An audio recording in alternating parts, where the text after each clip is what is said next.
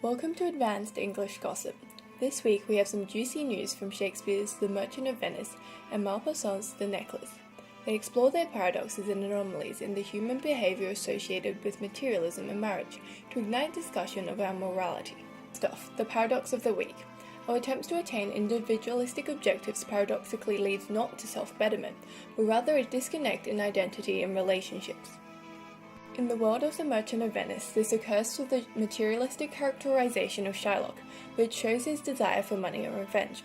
Remember when Shylock's daughter runs away and he exclaims, "Oh my ducats, oh my daughter, my ducats and my daughter." Turns out the repetition of daughter and ducats in parallel sentence structures emphasizes his anomalous capitalization of relationships and the need for morality in human behavior. Fast forward and we can see the paradox of Shylock's selfish behavior in the courtroom scene. "Nay, take my life and all. You take my house, you take my life."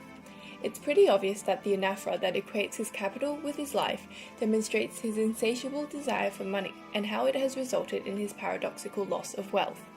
Fly over to Maupassant's world, and Mathilde is so enamored by constructing an appearance of wealth that her downfall is paradoxically caused by her materialistic behavior. Maupassant uses the diamond necklace to symbolize Mathilde's repeated attempts at creating a wealthy facade. In Why My Necklace Was Paste, it turns out the necklace was all a sham, representing the loss of her wealth, a paradoxical consequence of her materialistic behavior. Now, relationship gossip. Turns out that anomalies in human behavior undermine a traditional marriage by either challenging gender roles or capitalizing the relationship. In the world of The Merchant of Venice, tensions are heating up between Bassanio and Portia, when Bassanio says, "I would lose all to deliver you." The paradoxical notion of Bassanio sacrificing one life for another, namely Portia's for Antonio, is really just a reflection of their patriarchal Elizabethan marriage. Portia, disguised as Balthazar, fires back with, "Your wife would give you little thanks for that." The dramatic irony dripping from that response explores the anomaly between Portia's recurring rejection of gender roles and Bassanio's blatant disregard for Portia's autonomy.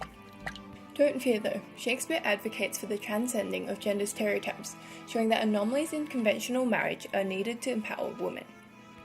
The Necklace presents a new spin on authentic love with the anomaly of the materialistic marital dynamic manifested in Mathilde and her husband.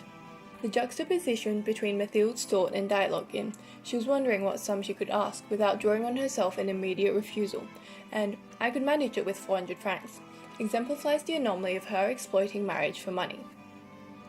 If that wasn't enough to show how dysfunctional their marriage was, the hyperbole in "he compromised all the rest of his life, risked his signature," certainly does, emphasizing the paradoxical conflict between the husband's selfless behavior and the artificiality of their marriage.